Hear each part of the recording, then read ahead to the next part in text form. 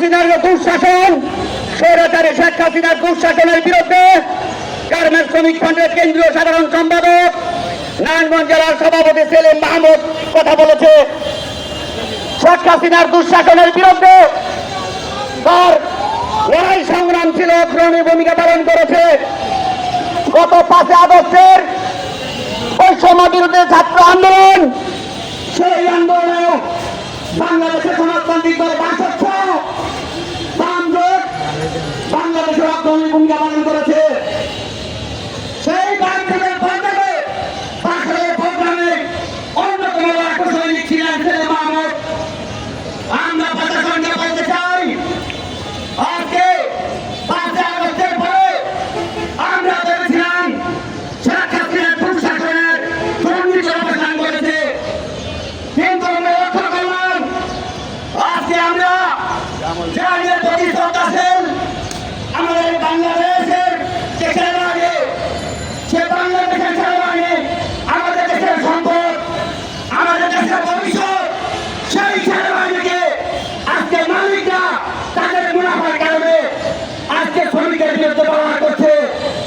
সংগ্রামী বন্ধুগণ, এই সেনাবাহিনীতে বাংলাদেশের শ্রমজীবী মানুষের শ্রমিকরা রয়েছে, ছেলেমেয়েরা রয়েছে, সেনাবাহিনীরা চাকরি করছে, যারা সৈনিক তারা দেশপ্রেমিক, সেনাবাহিনীর অফিসাররা দেশপ্রেমিক। আমরা বলতে চাই সেলিম মাহমুদ একজন দেশপ্রেমিক রাজনীতিবিদ, একজন দেশপ্রেমিক শ্রমিক নেতা। আমরা বলতে চাই আজকে যে মালিকরা ষড়যন্ত্রমূলক ভাবে তাকে মিথ্যা মামলা জড়িত করেছে, অবিলম্বে আমরা তার নিঃশর্ত মুক্তি দাবি করি। সাথে সাথে এই মামলা প্রত্যাহার চাই।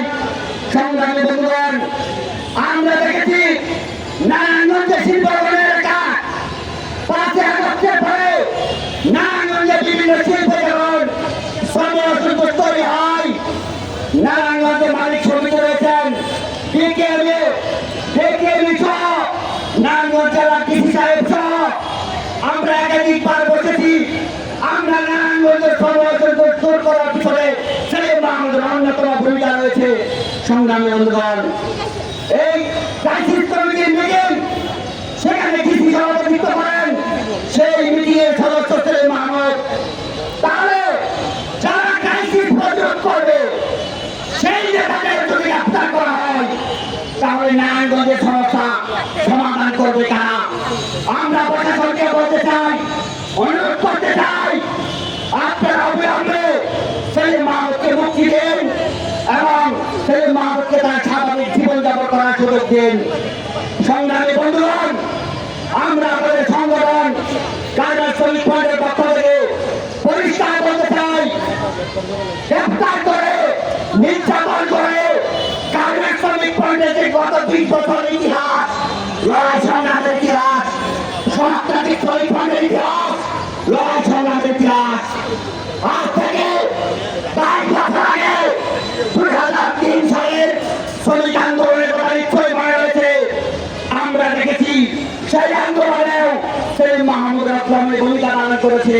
সংগ্রামী বন্ধুগণ, পরে আমরা নারায়ণগঞ্জে স্থিতিশীল অবস্থা বলে রাখতে চাই, নারায়ণগঞ্জের শিল্প স্বার্থ রক্ষা করে শ্রমিকের অধিকার প্রতিষ্ঠা হোক। ইতিমধ্যে আপনারা জানেন বিভিন্ন কারখানায় শ্রমিকদের নামে মিথ্যা মামলা দেওয়া হয়েছে। আমরা বলতে চাই সাকুরা সহ রবীন্দ্র সহ সেসব ব্যক্তিদের গ্রেফতার করা হয়েছে, মামলা দেওয়া হয়েছে, অবিলম্বে মুক্তি দিতে হবে। আমরা বলতে চাই আমার অবিলম্বে গার্মেন্টস শ্রমিক ফ্রন্টের সভাপতি সেলিম মাহমুদকে মুক্তি দিতে হবে। আমার সাথে সবাই প্রমাণ করবেন, মুক্তি মুক্তি মুক্তি চাই,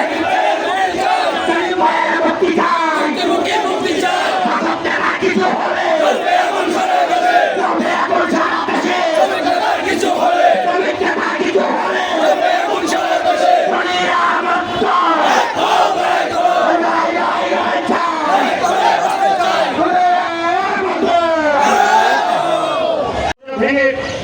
তুলে নিয়ে এসেছে, তারপর তাকে নতুন থানায় গ্রেপ্তার দেখানো হয়েছে। আমরা এই যে ঘটনা, এই ঘটনার তীব্র নিন্দা জানাই, প্রতিবাদ জানাই। আপনারা সেলিম মাহমুদ সম্পর্কে জানেন, তিনি তার যে দীর্ঘ ইতিহাস, সেই শ্রমিক আন্দোলনের ইতিহাস সবাই আমরা নারায়ণগঞ্জের মানুষ যারা আছি, শান্তিনগরের মানুষ, শ্রমজীবীর মানুষ, সাধারণ মানুষ সবাই জানে, তারা সবাই তাকে চেনে। সকালে যখন বিপ্লব ভাইয়ের কাছ থেকে শুনলাম যে সেলিম ভাইকে তুলে নিয়ে যাওয়া হয়েছে, তখন যেই শব্দগুলো আমার মধ্যে সঞ্চারিত হয়েছিল তারই একটি লিখিত রূপ আমি আপনাদের সামনে প্রকাশ করছি।